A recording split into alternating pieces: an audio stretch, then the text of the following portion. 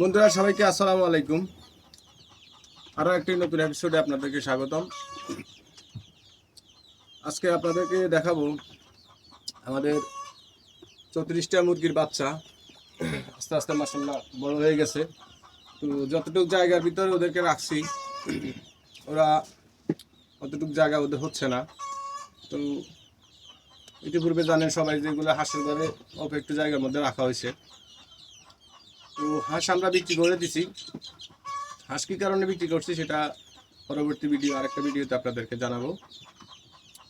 তো আজকে এগুলোর জন্য জায়গাটা বড় করে দিব, নেটটাকে খুলে পুরো জায়গার অর্ধেক করে দিব। আর যেহেতু হাঁস বিক্রি করে দিছি সে কারণে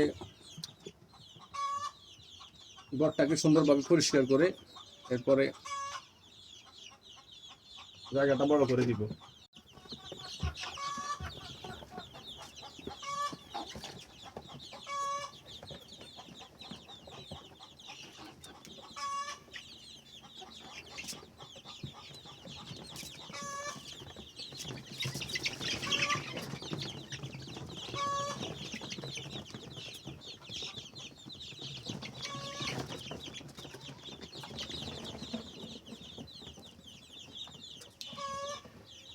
তো এগুলাকে রাখার জন্য একটা খাঁচা নিয়ে আসছি।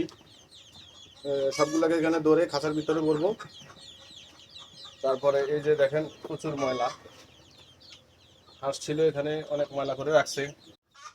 তো ফাইনালি অনেক কষ্ট করে ওদেরকে ধরছি, সব দিকে মাথা বাড়ি করে দিয়ে রাখছে। তো যাই হোক এবার নিরাপদ স্থানে রাখা পরিষ্কার করার পালা। তো বন্ধুরা ফাইনালি আমাদের বাচ্চার ঘরটা পরিষ্কার করা হয়ে গেছে। ওদেরকে খাঁচার ভিতরে রাখছিলাম, এখন নিয়ে আসছি। তো আপাতত আমরা নিচে কোনো শেড বা কাঠের গুঁড়া দিব না, এভাবে মাছার উপরে রাখবো।